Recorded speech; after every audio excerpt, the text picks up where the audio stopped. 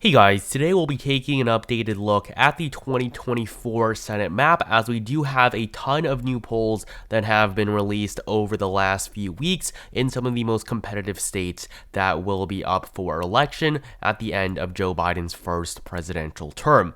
And so when looking at this map, the one big thing for Republicans is that they are very unlikely to lose any seats that they currently hold. If we fill in all these solid states, Democrats are defending a huge majority of the seats, and Texas and Florida are the only two competitive seats currently held by Republicans, and they are, of course, Ted Cruz of Texas and Rick Scott of Florida. However, these two incumbents are very unlikely to lose their re-elections. Even though these are the most competitive seats currently held by the GOP, they're still going to be at least likely for Republicans. Florida might even be a solid state after seeing how well Marco Rubio and Ron DeSantis did in 2022. In Texas, we of course did see a close race in 2018 between Cruz and Beto O'Rourke. However, since seeing O'Rourke's loss to Greg Abbott in the 2022 governor election here in Texas, it's unlikely that anyone is going to be able to defeat Ted Cruz, who is running for re-election.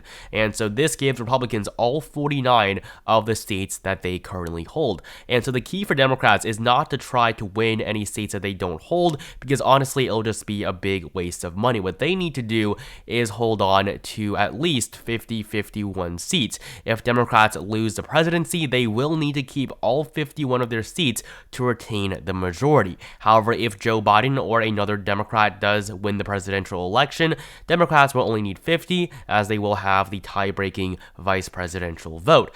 And so looking at the Democratic seats here, there are three that are not as competitive as the others, and these are Wisconsin, Pennsylvania, and Virginia. All three of the incumbents here are running for re-election. We have Bob Casey in the Keystone State. In Wisconsin, we have Tammy Baldwin and Tim Kaine in Virginia. I would say that Baldwin and Casey are much more popular in Pennsylvania than Kaine is in Virginia. Of course, Tim Kaine was Hillary Clinton's 2016 running mate. And so in Virginia, the reason why this race isn't solid for Democrats is because of the possibility of a campaign from Glenn Youngkin. Youngkin was recently elected governor of Virginia in 2021, defeating Terry McAuliffe, and this was really a big deal. It was the first time that Republicans won a statewide race in the state of Virginia in over a decade. Virginia used to be a red state, but that is no longer the case. If Youngkin does jump into the race, the election in Virginia is going to be very, very competitive. But as of right now, with no sign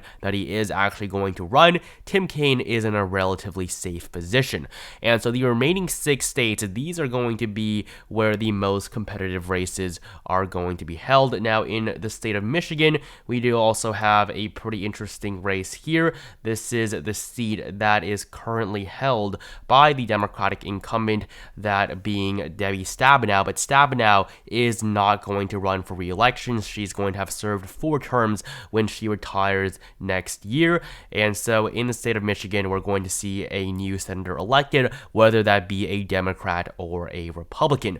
So looking at the latest polls that we have so far, the first day we have polls from, these polls were released on the 9th of February, and this is concerning the state of Arizona, which has one of the most interesting elections of the 2024 cycle. Kyrsten Sinema is the incumbent. She's very unpopular in her state, much less popular than Mark Kelly. She's taken a very centrist approach to being a senator, and that's made her a lot of enemies on both sides of the aisle. And so after Democrats retained their majority in 2022, she announced that she would be leaving the Democratic Party and would instead be an independent senator. And so this has shaken up the race in Arizona. She might not have even won the Democratic renomination for 2024 if she did not leave the Democratic Party. And so we essentially have a 3-way race possibly between Ruben Gallego, who is the clear frontrunner for the Democratic nomination now, as well as Kyrsten Sinema, who will be running as an independent, and whoever Republicans end up choosing. So we have these polls from Ohio Predictive Insights. I will say they do tend to favor Democrats slightly more, but when looking at the polling, we see Gallego is in a very good position. Looking at these numbers, the best candidate for Republicans would be Doug Ducey. Despite his issues with Trump, Doug Ducey denied trying to overturn the 2020 presidential election, going against Trump's wishes, and so this has really ruined their relationship. But Doug Ducey is still fairly popular in the state. He won re-election by a solid margin in 2018. However, he has, of course, since left office after 2022. So, Kyrsten Sinema, 17%, Doug Ducey, 27%, and Ruben Gallego, 32%. I would expect the numbers to drop even further for Sinema if it does indeed become a three-way race. Independents almost always do worse as a campaign cycle goes on because people just don't expect them to win and instead support one of the two major party candidates. So looking at the race in Arizona, I would say things are looking good for Democrats. I think Ruben Gallego is probably going to be elected the next senator, if not a Republican. I don't think Kyrsten Sinema has that good of a chance. If we look at the other polls here between Gallego and Republicans in a head-to-head matchup, we see that Blake Masters and Kari Lake are by far the worst candidates, and these were, of course, the 2022 nominees for Senate and governor. All two of them lost their elections, especially Kari Lake. Her race was really a surprise just how well Katie Hobbs did, and so I think that going forward, Republicans should nominate someone much more moderate like Doug Ducey or Karen Taylor Robson. So looking at the Arizona map right now, I would say that Democrats do have a slight advantage, and I'm going to give it a lean Democratic rating. Now, before we move on, I do have a message from our sponsor. This video is brought to you by President. President offers fun and collectible trading cards of senators, governors, and every single U.S. president. I have personally gotten some of these cards, and I will say they're very high quality and very cool to collect. Every President card comes with a sleek design and an unbiased description of the political figure on the back. President recently started a sale of 25% off on orders of $25 or more on their website at president.com. Go to president.com to start collecting today. And now coming back to the 2024 map, the next state we're going to go over is West Virginia. Here, Joe Manchin is, of course, the Democratic incumbent, just like Kyrsten Sinema. He's one of the most centrist senators currently in the upper chamber. And if Joe Manchin does not run for re-election, Democrats have no chance at holding on to this seat, and Republicans will be able to get to at least 50 seats in the U.S. Senate. So looking at the state of West Virginia, Joe Manchin was able to win re-election by a narrow 3.2% margin against Patrick Morrisey in 2018. In 2012, he won his first term by a margin of 24%. Joe Manchin is very popular in the state considering that he is a Democrat in a state that Trump won by over 35 points in both 2016 and 2020. West Virginia used to be a pretty liberal state, but has taken a very hard turn to the right in recent decades. And so without Joe Manchin, Democrats have no chance at winning re-election here. And of course, Joe Manchin has not currently announced his plans on whether he will be running for re-election. If he does, it will be an uphill battle no matter who the Republican is, because no matter who Joe Manchin runs against, West Virginia is still at default a very solid red state, one of the most Republican states in the country, probably the number 2 most Republican state, only behind Wyoming. So when looking at the polls for Manchin against Patrick Morrisey, Mooney, and Jim Justice, we see that Jim Justice right now is the only Republican that's able to defeat Joe Manchin. Now, this is funded by a Republican super PAC. This is the Senate Leadership Fund for the GOP. And so against Patrick Morrisey, who Joe Manchin defeated by 3 points in 2018, Manchin easily wins again. Against Alex Mooney, it's going to be a 15-point margin, and against Jim Justice, who is the current governor of West Virginia, Justice does win by 10 points. Justice was not an anti-vaxxer. He's actually pretty moderate on a lot of different things, and that makes him very unpopular against another moderate, that being Joe Manchin. In fact, Jim Justice actually won his first term as governor as a Democrat and then switched over to becoming a Republican, I believe, after his first year in office. And so we have two very well-known moderates against each other, and in that case, in West Virginia, the Republican is going to come out on top. We've seen some other polls released a very long time ago, one from Triton Polling and Research. Here, the Republicans win in every single matchup, and also some polls that were released on January 20th, 2022, showing Joe Manchin defeating Jim Justice, Morrissey, and Mooney in all three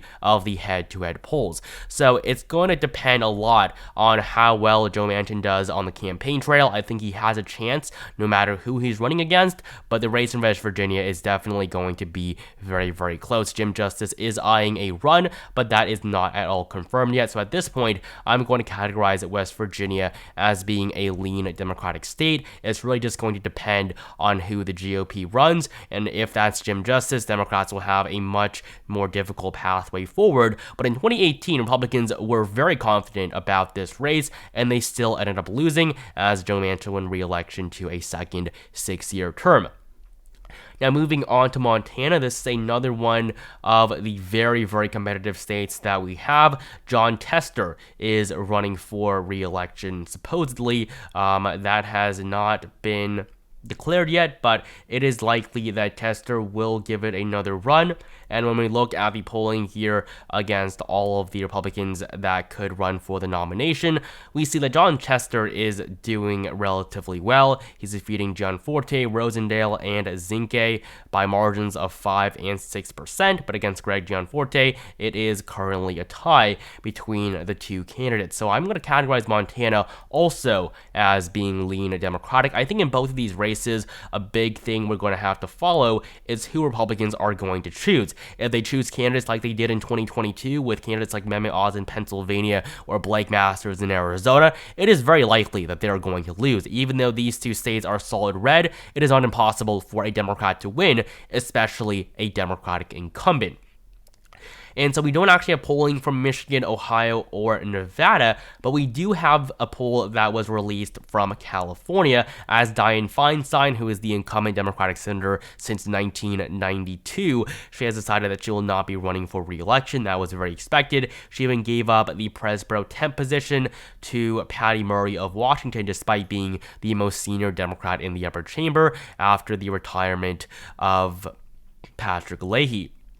So looking at this California poll, Katie Porter was the first Democrat to put their hat in the ring. In fact, she announced before Dianne Feinstein even announced her retirement. Adam Schiff is another top Democrat in the state. We also have Barbara Lee and Ro Khanna. Those are probably the top 4 candidates right now. And when looking at this one poll released by the Porter campaign, Katie Porter does lead by 11 points against Adam Schiff, but we have a huge part of the electorate that is undecided on this race currently. And when looking at California, we do have a different system. It will be a top 2 primary, which means that only the top 2 candidates in a primary of all the candidates, Democrat or Republican or even independent, the top 2 are the only ones that will appear on the ballot. So it's very likely, just like in 2018, that we'll see 2 Democrats on the ballot. Of course, Dianne Feinstein actually ran against a Democrat when she won her re-election 4 years ago.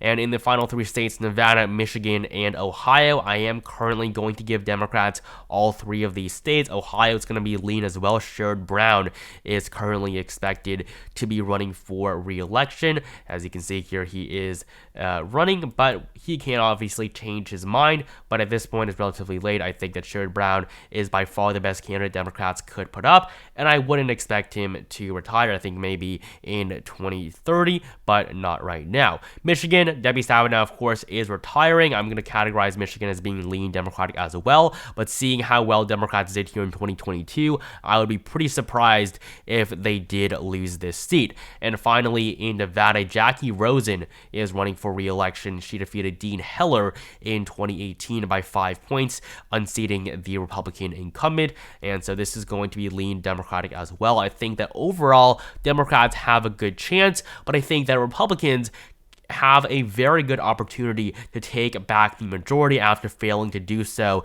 in 2022. But really, just like it was in 2022, it's all going to depend on the candidates. If Republicans run candidates like they did last time, they are probably going to lose. Of course, they will also have to win the presidential election if they want to win the majority with just 50 seats. And so right now, the 3 key races to watch are Virginia or West Virginia, Ohio, and Montana. But Michigan, Nevada, Arizona, Arizona, and I think Virginia to some extent are also going to see some very interesting races.